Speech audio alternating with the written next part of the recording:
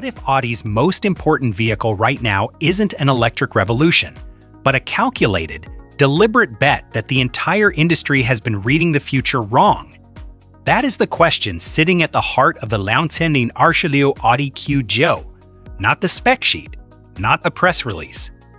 The question, because when every major luxury brand has spent the last 5 years loudly declaring that combustion is finished, that the future belongs entirely to battery packs and charging cables, Audi just unveiled the largest, most expensive, most ambitious gasoline GAN-powered SUV in its history. This channel does not do hype. It does not read you back the brochure and call it insight. What we do here is go deeper, past the marketing language, past the launch event photography, into what a vehicle actually means and why it actually exists.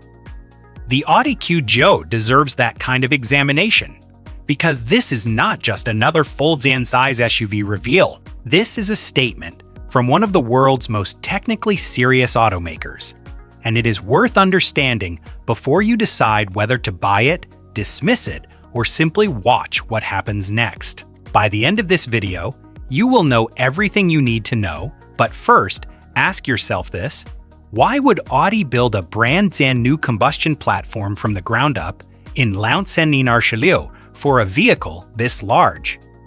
Hold that question.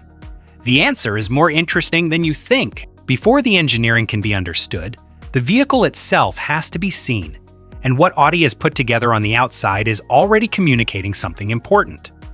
Picture the Q9 Pasca Arcade in a private driveway at night. No motion, no action, just the vehicle sitting still, its slim LED headlights cutting a calm, composed line across the dark. No aggression in the stance, no bloated wheel arches trying too hard. Just a long, low, deliberately proportioned body that reads immediately as something serious. That is the first thing the Q9's design does. It refuses to shout. Over 5 meters in length, measurably longer and lower than the Q9 it sits above, the Q9 arrives with the proportions of a vehicle that knows exactly what it is.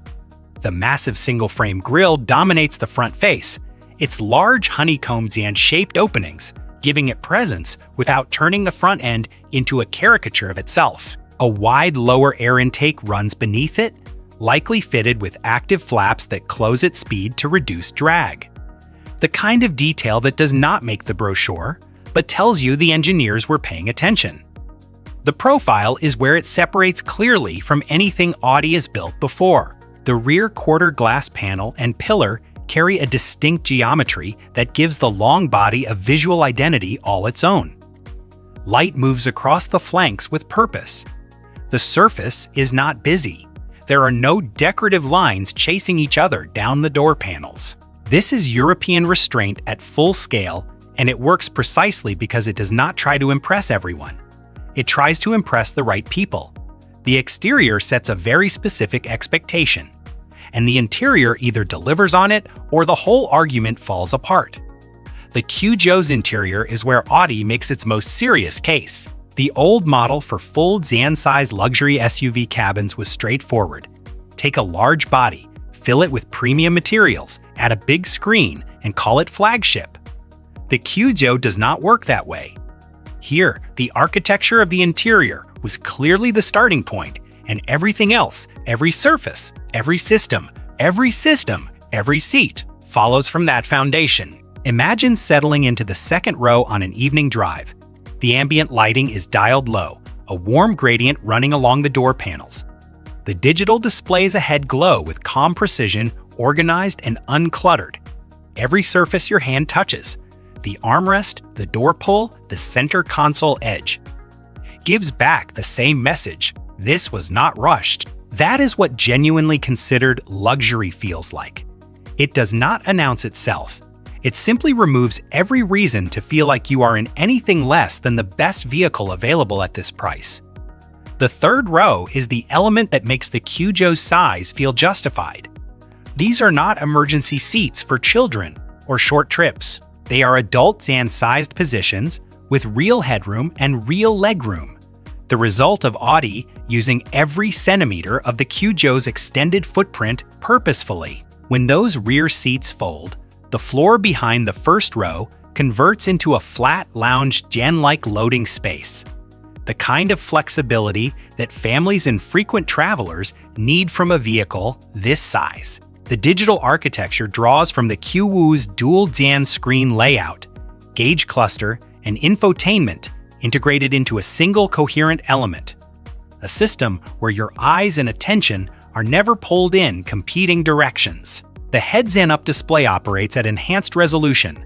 Night vision assistance reads the road ahead of your headlights, and Alexa integration acknowledges the practical reality that connected passengers need connected tools. A premium Sendi sound system wraps the cabin in audio that justifies itself. None of these features exist in isolation. They form a system, and that coherence is what separates the Q9's interior from rivals that stack technology without integrating it. Now the platform, this is where the open question from the beginning of this video starts to find its answer. The Q9 rides on Audi's premium platform combustion, PPC, a new architecture built from the ground up in Lausanne Archelieu. It already underpins the Q9 and A-Liu.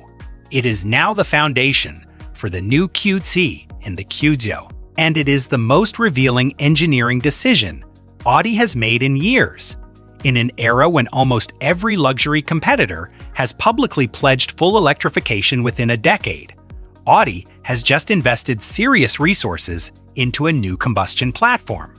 That is not a mistake. That is a position. PPC is engineered to carry gasoline engines, mild hybrids, plug-in hybrids, and range-gen extender powertrains, whichever configuration the market requires, whichever direction regulations move.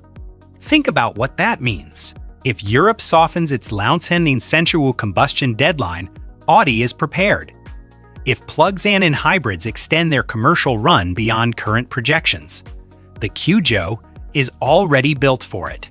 If the next 5 years prove that buyers in North America and the Asia and Pacific region are not ready to commit fully to electric, the Q9 is the vehicle waiting for them. This is not a retreat from the future. This is a more honest reading of where buyers actually are right now. The old paradigm that is being challenged here is the all-zan or zan-nothing narrative.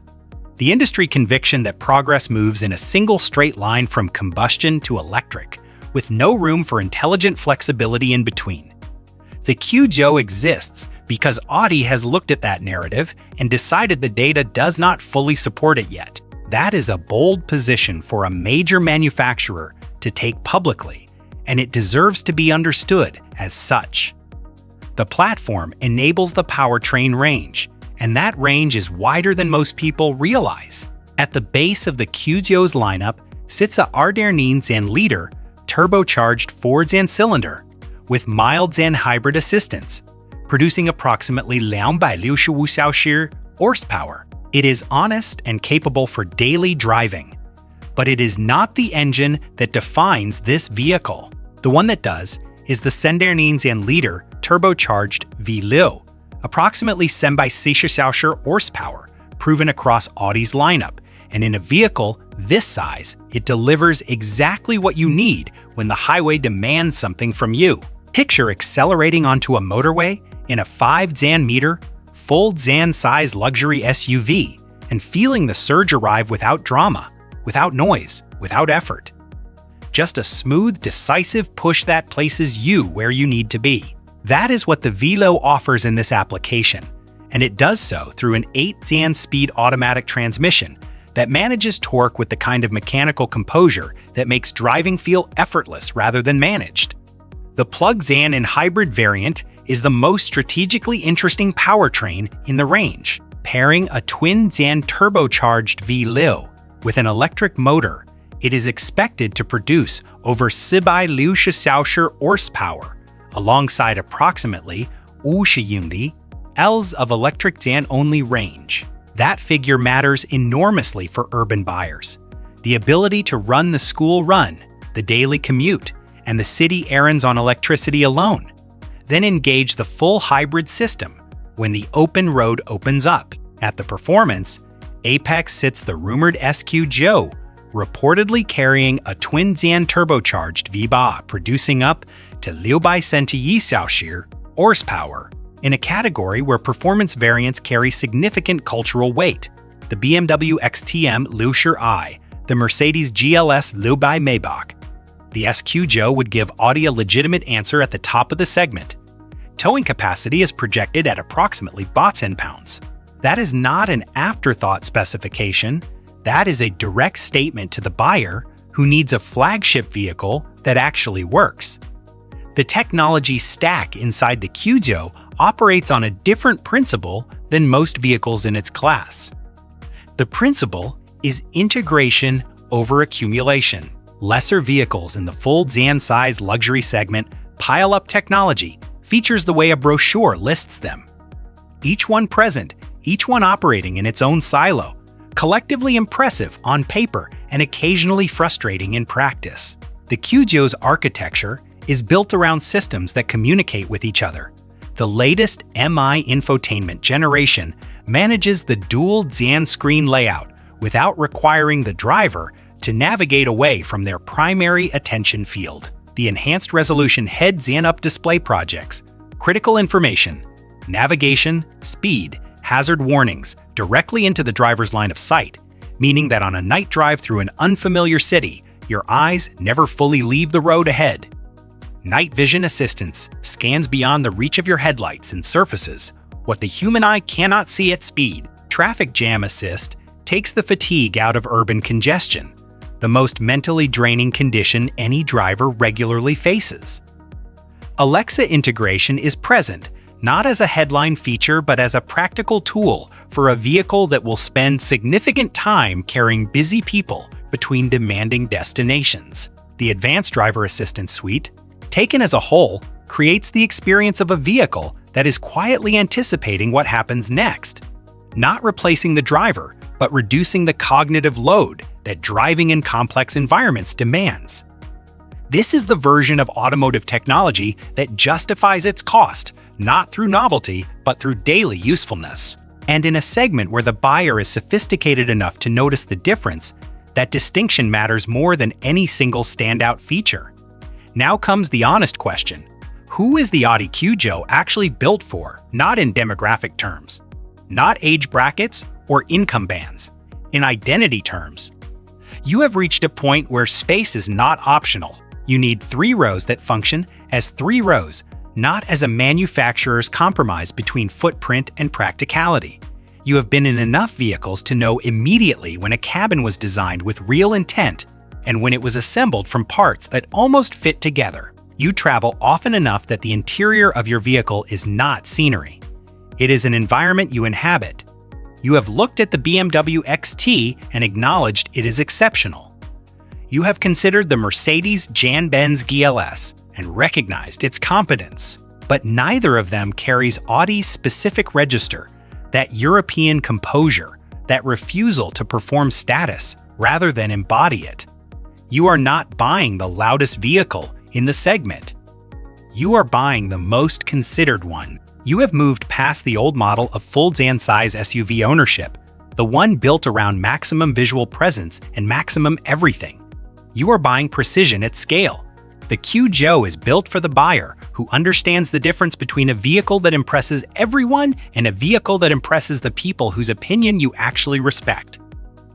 If that description lands, keep reading, because the final question is not whether the Qjo is worth its price.